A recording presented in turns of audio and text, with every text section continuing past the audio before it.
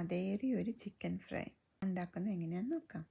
Bone ഉള്ളതോ boneless ചിക്കനോ നിങ്ങൾക്ക് യൂസ് ചെയ്യാം. ചിക്കൻ എടുത്ത് ഇതേപോലെ കഷ്ണങ്ങളാക്കി വെക്കുക.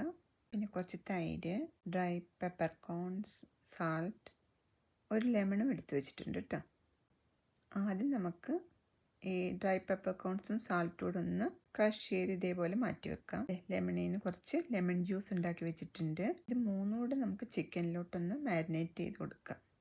തൈര്, crushed peppercorns, lemon juice ഇട്ടോ. അപ്പോൾ ആദ്യം പെപ്പർ കോൺസ് ഇട്ട് ദെൻ ലെമൺ ജ്യൂസ് ഒഴിച്ച് അതിനുശേഷം തൈര്, ഇതെല്ലാം കൂടെ ഇതേപോലെ മാരിനേറ്റ് ചെയ്ത് ഒരു ബൗളിലോട്ട് മാറ്റി വെക്കാം. അവിടെ നിന്ന് റെസ്റ്റ് ചെയ്തിട്ട് ഈ സമയത്ത് നമുക്ക് ബാക്കിയുള്ള മസാലകൾ എടുത്ത് വെക്കാം. ഒരു പാൻ ചൂടാക്കി വോൾ മസാല അതിലേക്കിട്ടൊന്ന് വറുത്തിട്ട് ഇതേപോലെ പൊടിച്ച് മാറ്റി വെക്കാം.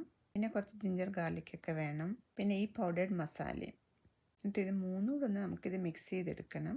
അതിന് വേണ്ടിയിട്ട് ആദ്യം നമുക്ക് ജിഞ്ചർ ഗാർലിക്കൊക്കെ ഇതേപോലെ ഒന്ന് ചോപ്പ് ചെയ്ത് മാറ്റി വെക്കണം. അതിൻ്റെ കൂടെ കുറച്ച് ടൊമാറ്റോ, ഓണിയനും ഒക്കെ ഇട്ടിട്ടുണ്ട് കേട്ടോ.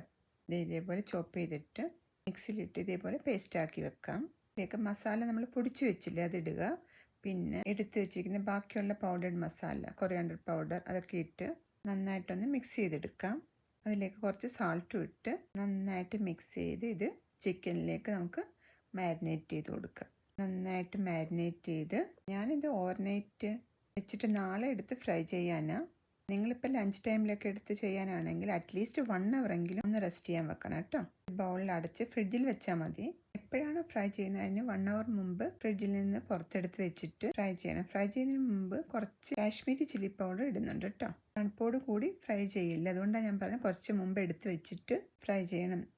കാശ്മീരി ചില്ലി പൗഡർ അതിലേക്കിട്ട് അപ്പോഴേ ഫ്രൈ ചെയ്യുന്ന ചിക്കൻ ഒരു റെഡ് കളർ വരും കേട്ടോ. അതുകൊണ്ടാണ് ഞാൻ അങ്ങനെ ചെയ്യുന്നത്. ഇനി പാനിൽ കോക്കനട്ട് ഓയിൽ ചൂടാക്കി മാരിനേറ്റ് ചെയ്ത് വെച്ച ചിക്കനെല്ലാം ഇട്ട് 2 സൈഡും ഫ്രൈ ചെയ്തെടുത്ത് കഴിഞ്ഞാൽ അടിപൊളി ചിക്കൻ ഫ്രൈ റെഡി. ശരിക്കും പറഞ്ഞാൽ റെസ്റ്റോറൻറ്റിലൊക്കെ കിട്ടുന്ന അതേപോലത്തെ ടേസ്റ്റ് കേട്ടോ. നിങ്ങളൊക്കെ ട്രൈ ചെയ്ത് നോക്കുക. ആ മസാലകളും കൊറിയാണ്ടർ, ടൊമാറ്റോ, ഓണിയനൊക്കെ ഇട്ട് അതെല്ലാം കൂടെ ഗ്രൈൻഡ് ചെയ്ത് എടുത്ത മസാല ആയതുകൊണ്ട് അടിപൊളിയാട്ടോ.